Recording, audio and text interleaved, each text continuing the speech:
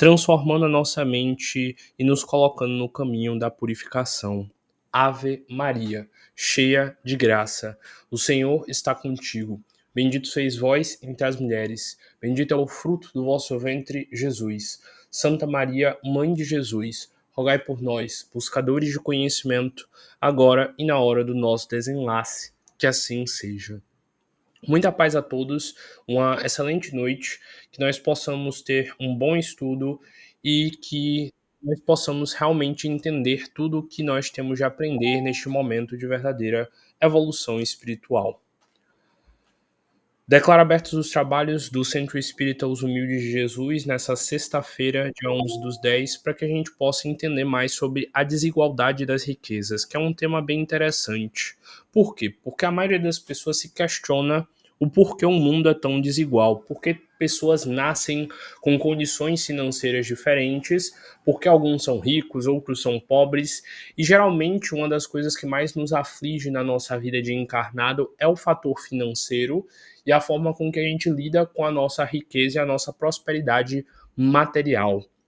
Então, nessa palestra de hoje, eu vou tentar me aprofundar nesse tema, usando todos os conhecimentos que eu tenho sobre o assunto para a gente conseguir refletir melhor estruturalmente e também espiritualmente o motivo de existir a desigualdade social e o que é que a gente pode fazer para poder quebrar essas travas e essas crenças. Primeiro de tudo, eu acho muito justo a gente ter que parar aqui para refletir um pouco sobre o caso de como nós nos relacionamos com o dinheiro aqui no plano físico. Porque se a gente parar para pensar, é o lado financeiro que acaba delimitando muito de como a nossa vida é. A gente o tempo inteiro tá pensando sobre quanto dinheiro a gente tem, sobre trabalhar para ter mais dinheiro e também sobre por que a gente nasceu numa determinada condição financeira, sobre como a gente tem que se relacionar com essa tal vida financeira que a gente tem. E também tem o fator de que muitas pessoas associam a ideia de que o valor financeiro que elas possuem, a vida financeira que elas possuem, pode ser algum tipo de karma. E a gente tem uma visão no kardecismo e na espiritualidade muito comum de que quando a gente tem uma determinada coisa na nossa vida como sendo um karma, que a gente não pode lutar contra isso, que vai ser assim mesmo e acabou, que a gente não pode fazer frente a essa tal energia, é meu karma, eu tenho de aceitar e, entre aspas, tá tudo certo. Eu já vi muitos casos em centros espíritas de pessoas falando: meu parente fulano de tal é meu karma, então eu tenho de aguentar ele. Não é bem assim. Você tem que quebrar esse laço kármico negativo com ele, mas você não é obrigado a sofrer na mão dele. Você tem que emitir amor para ele, fazer orações para ele, desejar que vocês consigam evoluir espiritualmente, mas você não é obrigado a ficar nessa situação. Outras pessoas dizem que o fato delas estarem sofrendo financeiramente é o karma delas, é o karma delas nessa encarnação. Por quê? Por causa de uma interpretação bivalente que a gente faz do kardecismo. Uma interpretação de que, tipo, se na minha encarnação passada eu fui uma pessoa má, e eu fiz muitos erros com o dinheiro, nessa encarnação eu terei de ser pobre durante a minha vida inteira. E não é bem assim. Provavelmente algumas pessoas que já conhecem mais essa parte espiritual devem estar se questionando do que eu estou falando, mas bora parar para entender. Karma, como eu já expliquei aqui várias vezes para vocês, é uma palavra que vem do sânscrito e significa ação. Então, o karma nada mais é do que uma reação. É o retorno de uma ação que eu cometi no passado para o meu presente. Vamos dizer que realmente eu no passado fui um homem com muito poder financeiro ou uma mulher com muito poder financeiro e eu cometi muitas falhas e erros abusando deste meu poder financeiro. Normalmente o que a pessoa pensaria, opa, se eu tive essa coisa financeira, se eu tive esse poder financeiro e eu mal utilizei ele e ele se tornou algo que atrapalha a minha evolução espiritual, é óbvio que nessa encarnação eu serei privado da bonança financeira para que isso me ensine algo, correto? Mais ou menos. Por quê? Porque o karma, ele não vem para simplesmente te punir por punir. ele não é simplesmente uma birrazinha do universo do tipo, ah, você cometeu erro, então agora você vai sofrer. O karma, ele é uma escola de aprendizado. Tanto que eu já vi grandes mestres budistas, mestres espiritualistas, independente da religião, dizendo o seguinte, que o karma, se ele existir mesmo, porque alguns não acreditam nele, seria uma prova da bondade de Deus. Por quê? Porque o karma é uma chance da gente se arrepender do erro que a gente cometeu. Então, se eu tive poder financeiro na minha vida passada e eu fiz coisas ruins com este meu poder financeiro, o que faz com que agora eu venha a ser e estar privado?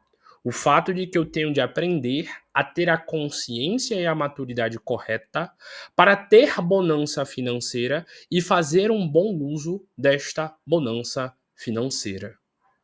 Eu acho que agora vocês vão começar a entender o que é que eu quero falar. Se a privação da bonança financeira me veio como punição pelo erro que eu cometi tendo bonança financeira, se eu aprendo a ter em mim os valores, as atitudes, a mentalidade e o comportamento que me faz ter maturidade para utilizar corretamente da energia chamada dinheiro, obviamente, eu não vou ter mais por que ficar sofrendo sem ter este tal dinheiro, já que eu aprendi a ter a maturidade de utilizá-lo da forma correta.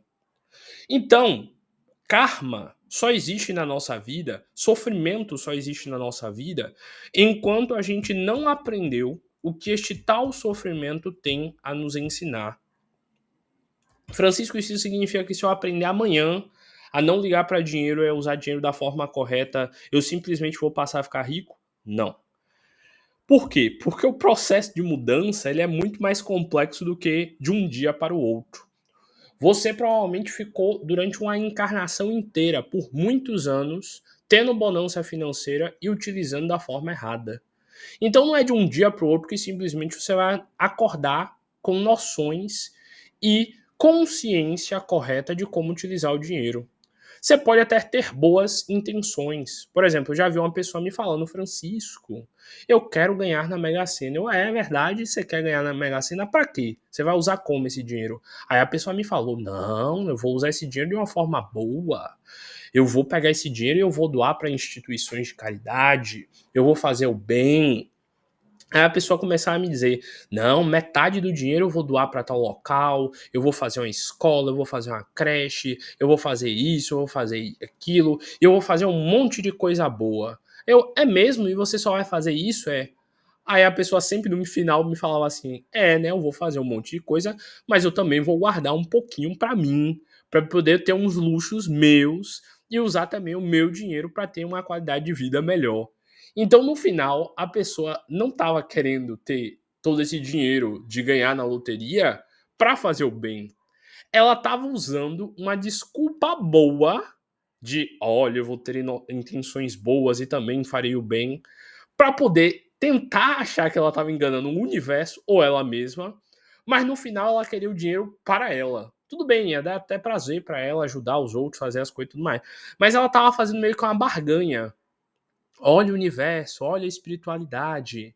Se vocês me derem um monte de dinheiro, eu vou usar esse dinheiro para fazer o bem, além de usar para mim mesmo. Além de que, existe também o seguinte fator. Como uma pessoa, principalmente pessoas que estão presas muito nessa materialidade, nesse plano aqui, começam a ganhar dinheiro, quais são as coisas que elas visam fazer? Demonstrar poder, demonstrar vaidade. Olha quanto dinheiro eu tenho. Olha a viagem que eu posso fazer. Olha os locais que eu posso frequentar. Olha as coisas que eu posso fazer. E essa pessoa pode acabar utilizando desse poder que ela tem para fazer coisas erradas e se corromper novamente, como ela já se corrompeu um dia. Então, por isso que o espiritismo e as religiões espirituais falam tanto sobre o desapego à matéria, o desapego aos bens terrenos, e nos ensinam como a materialidade e o plano terreno é algo extremamente transitório e passageiro. Para que a gente entenda que a gente pode possuir o dinheiro, mas o dinheiro não pode possuir a gente. A gente tem que ter a consciência de que a gente pode sim ter dinheiro, mas a gente não pode se sentir vaidoso e melhor por ter este tal dinheiro. Então, sempre entenda que todo sofrimento, toda situação que você passa na sua vida física é para lhe ensinar algo, a destravar algum tipo de percepção sua, para que assim você possa evoluir. Então, enquanto você estiver privado de algo, é porque você ainda não aprendeu a se relacionar direito com este algo. Tá, Francisco, mas como é que eu faço então para eu me relacionar da forma correta? Primeiro, você pode fazer um estudo psicológico seu mesmo, de reflexão, sobre por que você quer riquezas. Qual a finalidade que você quer dar a estas riquezas? Qual o seu objetivo com tais riquezas? Você quer dinheiro para quê? Quando você tiver dinheiro, você vai ter que sensação? O que é que você pretende fazer com este tal poder que lhe for dado? Como é que você pretende se relacionar com essa energia chamada dinheiro? Por que você acha que nessa encarnação você não tem isso? Ou não tem na quantidade que você desejaria? Observando a sua personalidade hoje e a pessoa que você é hoje, o que você acha que você fazia no passado? Que tipo de comportamento você tinha no passado? Tem uma frase que diz assim: você quer conhecer uma pessoa, dê poder a ela e veja como ela vai agir e o que é que ela vai fazer com este poder que ela tem. É piegas, mas vamos citar Jesus. Jesus tinha tanto poder, ele podia transformar água em vinho, fazer coisas absurdas, tinha uma capacidade energética incrível, podia fazer o que ele quisesse. E ele só usava esses poderes e essas habilidades quando era extremamente necessário para poder convencer as pessoas e mostrar que elas deveriam sim seguir aquele caminho. Se Jesus quisesse, já que ele transformava água em vinho, ele poderia transformar, sei lá, pedaços de pedra em moedas de ouro e se tornar o homem mais rico daquela época. E por que ele não fez isso? Porque ele vivia como nômade? Porque ele saía pedindo alimento a cada local que ele ia? Para ele dar um exemplo. Significa que a gente tem que ser hippie, que a gente tem que ir para lá e para cá, que a gente não pode acumular um centavo? Não. Jesus era um exemplo na época. Mas eu estou dizendo sobre o poder e sobre como nós utilizamos o poder quando ele vem até nós. Então, de novo, o problema é o dinheiro? De forma alguma. Tanto que em muitos trechos da Bíblia, em muitos trechos espirituais, o dinheiro é visto como algo ruim. Tanto que tem, por exemplo, um trecho lá da Bíblia, também do Evangelho segundo o Espiritismo, que fala sobre não servir ao mesmo tempo a Deus e a Mamon. Mamon, para quem não sabe, foi uma interpretação errada que deram na época a um demônio, como eles chamavam na época. Algumas pessoas em algumas traduções traduzem diretamente mamon para dinheiro. Mas Mamon era tipo uma espécie de demônio que na época faziam cultos e davam oferendas pedindo em troca benefícios financeiros. Então, quando o texto fala sobre não se pode servir Deus e a Mamon, ele não queria dizer que o dinheiro era ruim, que o dinheiro era corruptível, que o dinheiro fazia mal. Ele queria dizer que algumas pessoas, quando se mantêm presas a essa energia e a esse status que este tal poder financeiro as entrega, elas se corrompem e acabam não conseguindo servir a Deus. Outros trechos polêmicos, como é mais fácil um camelo passar pelo buraco de uma agulha do que um rico entrar no reino dos céus.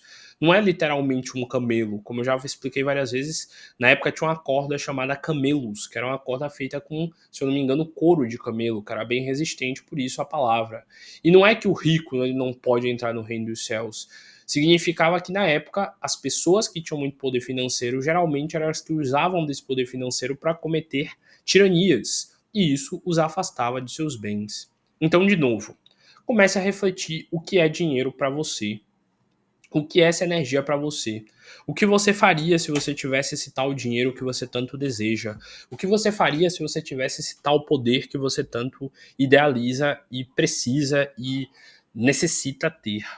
E comece a tratar na sua mente o dinheiro como algo normal que virá para você através, obviamente, de estudo, de esforço, de dedicação, que entendo o dinheiro como uma energia de troca. Quanto mais eu estudo, quanto mais eu me aprimoro, quanto mais eu me dedico, quanto mais eu me transformo, mais o dinheiro fluidamente vem até mim. E aí a gente começa a refletir sobre a riqueza e por que existe a desigualdade e sobre como cada estrato social lida com o dinheiro. Como os ricos lidam com o dinheiro, como os pobres lidam com o dinheiro e qual a forma com que eles se relacionam com essa tal energia e essa percepção. Como aqui é uma palestra kardecista, espírita, eu tenho de explicar para a gente como o dinheiro ou o poder financeiro é utilizado na nossa matéria como uma espécie de ensino ao nosso ego, ao nosso orgulho e à nossa vaidade. É uma espécie de ensino para o nosso a nossa mente em relação a como nós utilizamos o poder que nós temos nessa vida. Eu vou começar a ler aqui esse texto do Livro dos Espíritos, que está lá na parte da lei moral de igualdade, para a gente começar a refletir melhor do que o dinheiro ou a falta dele nos ensina. E aos poucos, a mente de vocês vai se abrir para entender por que, no seu caso específico, você encarnou tendo essa determinada condição financeira.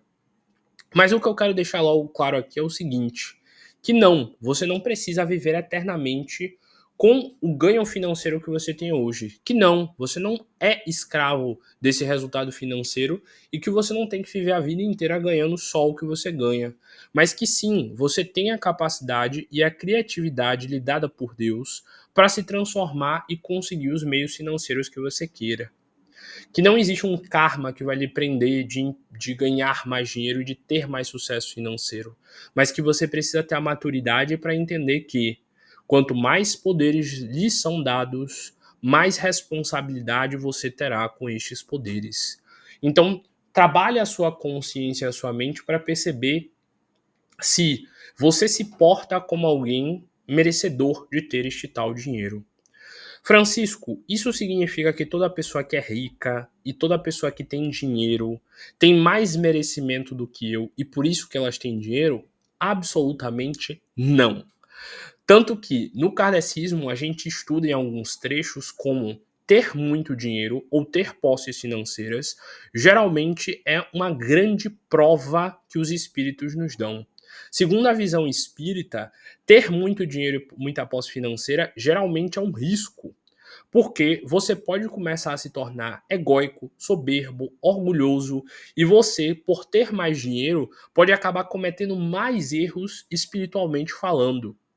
Então, se você acha que alguém é melhor que você, mais evoluído que você, enfim, seja lá o que for, por ter mais dinheiro, desacredite. Na verdade, essa pessoa vai ser muito mais cobrada e muito mais responsabilizada. Tanto que o texto que fala sobre isso diz o seguinte: que a pessoa que tem muito mais dinheiro, ela tem muito mais oportunidades para distrair a mente dela e ficar passeando, viajando e fazendo várias coisas que tiram ela do foco verdadeiro, do foco do crescimento espiritual dela. Então, não ache que os ricos do mundo, eles têm mais nobreza espiritual, mais merecimento. Muito pelo contrário. Eles têm muito mais responsabilidade. E talvez acabem pagando muito mais espiritualmente do que você, que veio mais pobrinho. Por quê? Porque se eles gastarem o tempo deles e a energia deles sem fazer coisas produtivas pelo mundo e para o mundo, eles serão responsáveis por isso. Então, reflitam. Quanto mais lhe for dado, mais responsabilidade você terá. E se você conhece algum rico, soberbo, ou alguma pessoa que tem poder financeiro e humilha os outros, pode ter certeza que depois ela será a humilhada, ela é a que sofrerá e que não possuirá e sentirá pelo que passou. Ela que sentirá a dificuldade que é viver na pobreza e a humilhação que é ter que passar pelas necessidades físicas e materiais. Mas que nem eu falei, o mundo e essa dimensão e essa materialidade foi feita para nos ensinar. Até eles mesmos, se numa próxima encarnação nascerem pobres e sofrendo, se eles se educarem, se tornarem humildes, generosos, amorosos, bondosos e conseguirem curar mais rápido os karmas deles, mais rapidamente eles vão conseguir se libertar das dores físicas e materiais. Óbvio que eu estou falando aqui em muitos termos e reflexões abstratas, porque isso é um estudo que demanda muitos anos. Tem religiões só focadas no desapego à matéria e ao bem material. tem focos muito grandes e muita coisa a ser estudada. Se as pessoas tentarem tirar essa palestra aqui de contexto, pegando só um trecho ou outro, isso aqui vai parecer totalmente lógico. Mas para quem estuda, lê e aprende sobre esse canto espiritual há mais tempo, vai entender mais ou menos o que eu quero dizer e o que eu estou querendo refletir. Eu não estou dizendo que sua vida financeira pode melhorar e se resolver num passe de mágica. O que eu estou dizendo é que, ao se reeducar, ao se dedicar, ao estudar, ao aprender e ao transformar o seu espírito, você pode conseguir resolver muitas coisas. Mas tenha a responsabilidade e a consciência de fazer isso da forma correta, onde você se transforma junto. O seu espírito está aí encarnando e reencarnando há muito tempo. E ele precisa aprender muitas coisas. E não existe caminho fácil e rápido. Geralmente demanda dedicação, esforço e afinco. Tanto que tem um texto que diz o seguinte: larga é a porta da perdição para quem quer tentar seguir atalho, quem quer tentar ser esperto e quem quer tentar chegar na frente por meios escusos. E estreita é a porta da salvação, porque aquela pessoa que tenta, que para de ficar tentando ir pelo caminho fácil e se dedica e se esforça de verdade, ela encontra o verdadeiro caminho da salvação. Mas bora lá ler o texto para a gente refletir melhor isso.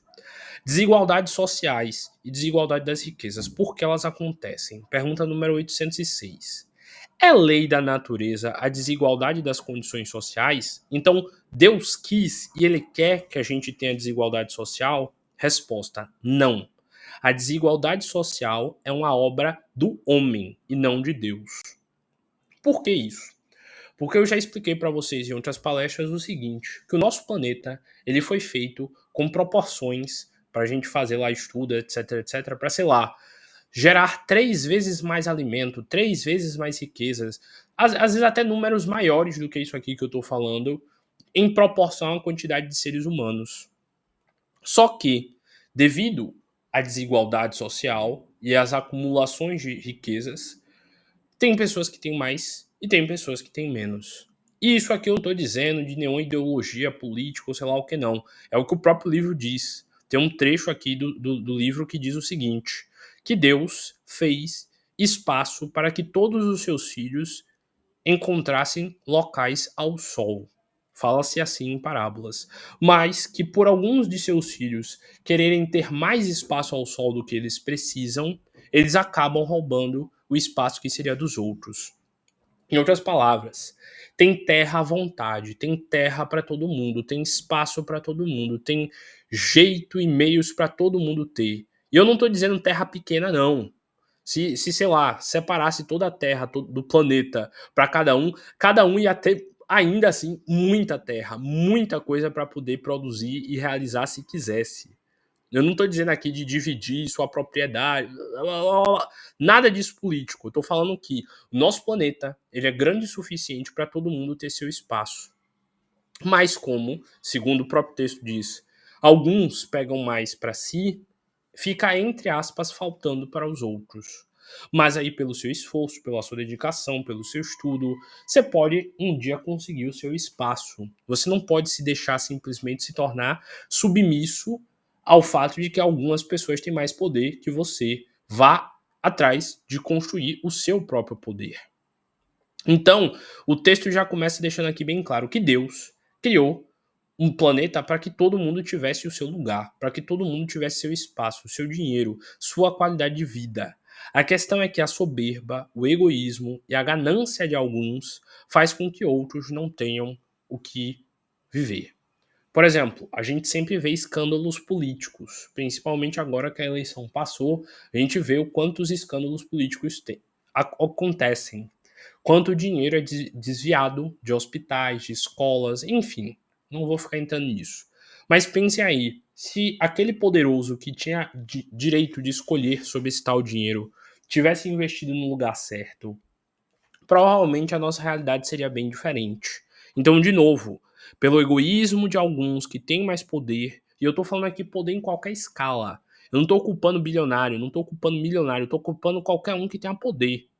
Se você é prefeito, se você é dono de um local e tem funcionários, se você tem uma padariazinha na esquina, você tem algum tipo de poder.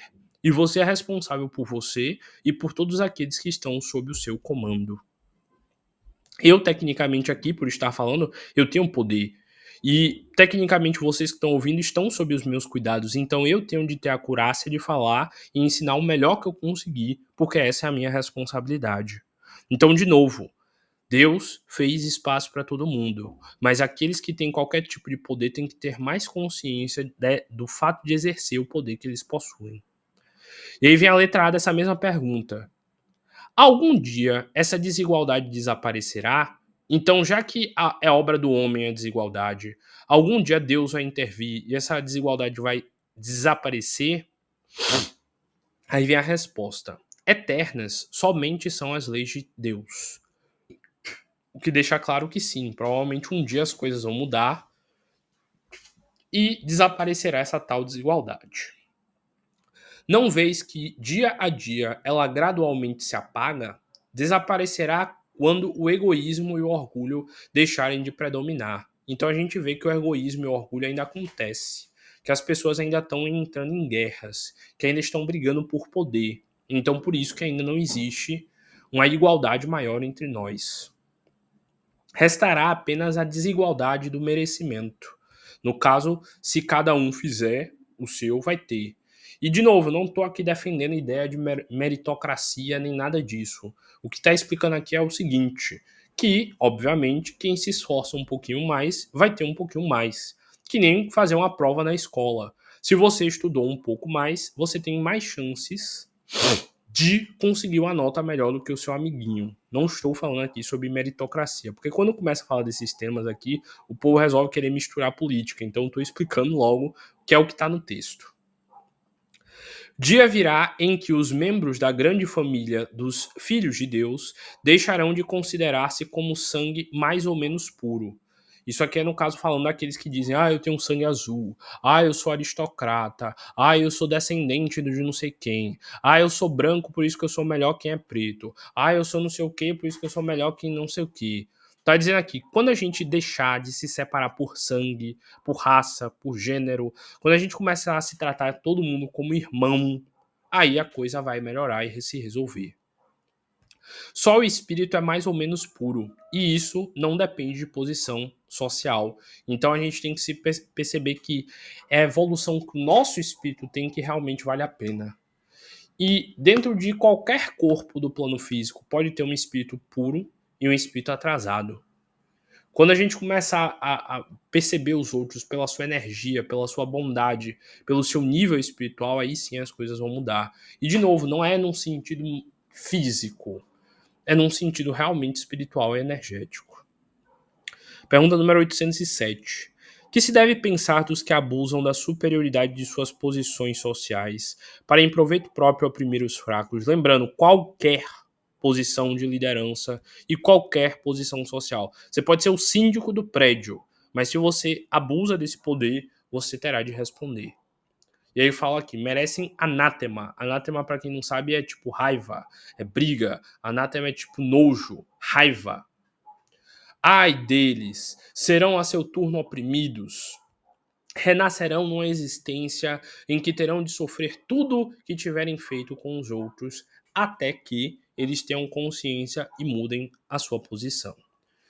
Então, mais uma vez, deixou claro aí que qualquer tipo de poder, qualquer tipo de força que você exerça, você tem que ter a decência de ter a honra de usar corretamente. E aí continua. Desigualdade das riquezas. Pergunta número 808. A desigualdade das riquezas não se origina das faculdades em virtude da qual uns dispõem de mais ou de menos direito de adquirir bens do que os outros? Aí vem a resposta: sim e não. Da velhacaria e do roubo que dizes? Então a gente vai ver meio que um debate aqui. Explicando logo, tem um texto lá do Evangelho segundo o Espiritismo que fala sobre também a desigualdade da riqueza. E o texto fala o seguinte: que a desigualdade ela acontece de forma extremamente humana. Tanto que eles dão lá um exemplo. Vamos dizer que amanhã todo mundo acordasse com a mesma quantia de dinheiro, todo mundo em cada um de seus bolsos. E aí o espírito vai e explica que provavelmente em uma semana, um mês, sei lá quanto tempo, a desigualdade voltaria a ser da mesma forma que era antes. Por quê? Porque uns iriam gastar tudo em besteira, outros iriam gastar metade e guardar metade, outros iriam vender serviços para que outros comprassem e assim conseguir o dinheiro que era deles para si. Enfim, cada um ia fazer uma utilização de um jeito que no final a desigualdade voltaria a acontecer. É que nem você dá, sei lá, doce para criança. Vai ter a criança que não vai se controlar e vai comer tudo de uma vez. Vai ter a criança que vai comer um de manhã, um de tarde, um de noite. Vai ter a criança que vai guardar um para comer no outro dia. E cada um vai ter formas diferentes de lidar com a energia dinheiro. Tanto que lá nesse texto deixa bem claro que tem vários fatores que alteram isso. Como a gente lida com o dinheiro. Cita lá, se eu não me engano, a previdência, a forma com que a gente usa, se a gente investe, enfim, dá vários motivos, depois procurem lá no texto. E explica que, de acordo com a forma com que a gente se controla, da forma com que a gente tem o conhecimento, da forma com que a gente investe, pensa e entende as coisas, a gente dá utilidades e resultados diferentes ao nosso dinheiro. Então é bom a gente refletir muito sobre como a gente está usando o nosso lado financeiro, porque se vocês pararem depois para pesquisar, a maioria das pessoas que ganharam prêmios de loteria, ganharam muito dinheiro, voltaram a ficar pobres. Tanto que tem uma história de um rapaz lá dos Estados Unidos, eu acho que ele ganhou ou foi 5 ou foi 6 vezes na loteria, foi um número assim. E todas as vezes ele voltou a ser pobre. Porque quando ele ganhava muito dinheiro, ele prometia, não, dessa vez eu vou fazer diferente, eu vou guardar, vou investir. Quando via, ele já tinha gastado todo o dinheiro com farra e estava pobre de novo. Então, assim, às vezes as pessoas pedem a Deus, Deus, me dá uma vida cheia de bonança, cheia de dinheiro, cheia de felicidade. E quando essa pessoa recebe isso, ela acaba perdendo tudo de novo. Aqui na própria vida física a gente pode ver, tem pessoas que ganham, sei lá, o salário mínimo, e realmente aí fica difícil de viver, e elas vivem cheias de dívida. Mas também tem pessoas que ganham, sei lá, 10 mil, 15 mil, e por não saber controlar bem o dinheiro que elas têm, elas também vivem cheias de dívida. Ah, Francisco, mas ela ganha muito mais. Mas dívida é dívida. Tá devendo e passando necessidade é necessidade. Tem gente que também passa necessidade ganhando muito dinheiro exatamente por não conseguir controlar a compulsividade de gastos. Então, a gente tem que ter muita consciência da usualidade que a gente está dando ao nosso dinheiro. Se a gente não está gastando demais, se a gente não está se entregando ao supérfluo, se a gente não está investindo em coisas que não têm utilidade. E perceber qual é a nossa relação com o dinheiro. Se a gente tem a famosa educação financeira. Para a gente aprender qualquer coisa na vida, a gente tem que estudar. Por que seria diferente com o dinheiro? Por que a gente não estuda também o financeiro? E aí continua aqui. Sim e não. Da velhacaria e do roubo que dizes, aí vem a outra pergunta para continuar. Mas a riqueza herdada, essa não é fruto de paixões mais? Vou reler para a gente conseguir entender a cadência lógica aqui, porque ficou realmente bagunçado. A desigualdade das riquezas não se origina das faculdades em virtude da qual um dispõe de mais de adquirir bens do que outros. Então está falando aqui das faculdades no sentido de habilidades. A desigualdade da riqueza não vem da habilidade de quem tem, de quem sabe melhor investir, de quem não sabe. Aí vem a resposta, sim e não. Porque realmente o conhecimento que a pessoa tem a mais ou a menos pode influenciar enquanto ela vai ter de resultados financeiros para si. E aí continua, da velhacaria e do roubo que dizes. Então tá perguntando aqui, você tá dizendo que a desigualdade vem daquelas pessoas que roubam e enganam? Aí vem a continuidade de outra pergunta. Mas a riqueza herdada, essa não é fruto de paixões más? Então tá dizendo aí. E no caso de quem já nasce com a herança, já nasce com dinheiro, lembrando que a gente é kardecista, então a gente sabe que você não encarna numa família por acaso. Tanto que tem filhos que nascem em uma família boa, têm muito dinheiro, mas na hora de cuidar do dinheiro que os pais deixaram, gastam tudo e jogam tudo fora rapidamente por não ter controle financeiro e por não ter noção do valor do dinheiro. Então, como será a sua vida financeira está muito associada a como você lida com o dinheiro. E ele continua. Que sabes a este respeito? Busca a fonte de tal riqueza e verás que nem sempre é pura. Sabes, porventura, se não originou de uma expoliação ou de uma injustiça? Mesmo, porém, sem falar da origem, que pode ser má, acreditas que a cobiça da riqueza, ainda quanto bem adquirida, os desejos secretos de possuí-la mais depressa possível, sejam sentimentos louváveis? Isso é o que Deus julga, e eu te asseguro que o seu juízo é mais severo do que o dos homens. Então, está deixando aqui bem claro que os meios pelos quais a sua riqueza vem, e se ela é lícita ou ilícita, contam muito para Deus. Porque, de novo, Deus também dá meios de todo mundo ter os seus ganhos e seu desenvolvimento de forma lícita, de forma verdadeira, de forma sincera. Você que escolhe como é que vai ser a vinda do seu dinheiro. Se você seu dinheiro vem através de ajudar, auxiliar, orientar, transformar o mundo num local melhor ou de uma forma errônea. Aí vem a pergunta número 809. Aos que, mais tarde, herdam uma riqueza inicialmente mal adquirida, alguma responsabilidade cabe por este fato? Tá bom, bora dizer que o pai de alguém era um ladrão, horrível, maldoso, e só pegou esse dinheiro através de roubos. Se você é filho desta tal pessoa, você também herda o mal e o erro que esse seu pai cometeu? Aí vem a resposta. É fora de dúvida que não são responsáveis pelo mal que outros hajam feito, sobretudo se o ignoram, se não sabiam. Como é possível que aconteça? Mas fica sabendo que, muitas vezes, a riqueza só vem ter as mãos de um homem para lhe proporcionar ensejo de reparar a injustiça. Então, o fato dele não ter errado não significa que ele não tenha a aprender com este erro e que ele não possa utilizar desse dinheiro para dar uma boa finalidade para melhorar toda a sociedade. Ele continua: Feliz dele se assim compreender, se a fizer em nome daquele que cometeu a injustiça. A ambos será a reparação levada em conta, porquanto, não raro, este último quem a provoca. Então, deixa aqui bem claro que não, o filho não tem responsabilidade, mas obviamente ele deve buscar utilizar essa riqueza de uma forma que ela se torne limpa com o passar do tempo. 810. Sem quebrar da legalidade, quem quer que seja pode dispor de seus bens de modo mais ou menos equitativo. Então, se você fizer tudo certinho, você tem direito e pode ter muito dinheiro e tá tudo bem?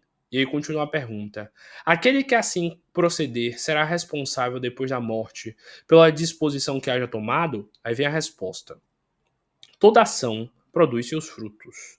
Doces são as boas ações, amargas sempre são as outras. Sempre entendei-o bem. Então deixa aqui bem claro que se você conseguiu seu dinheiro de forma honesta, se você acumulou riquezas de forma honesta e você foi uma boa pessoa, não importa o quão rico você seja, você sim adentrará o reino dos céus. Não importa o quão rico você seja, se você for honesto, bondoso, generoso, você tem sim mérito por aquilo que fez. Então, de novo, tudo na vida vai de como a gente dá uso e finalidade ao que a gente tem. Se a gente usa da forma correta, se a gente usa com consciência, se a gente usa com maturidade, Deus vai nos abençoar cada vez mais com o lado financeiro.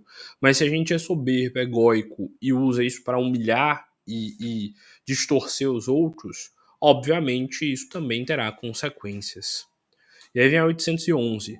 Será possível, já terá existido a igualdade absoluta das riquezas? Aí vem a resposta: não, nem é possível.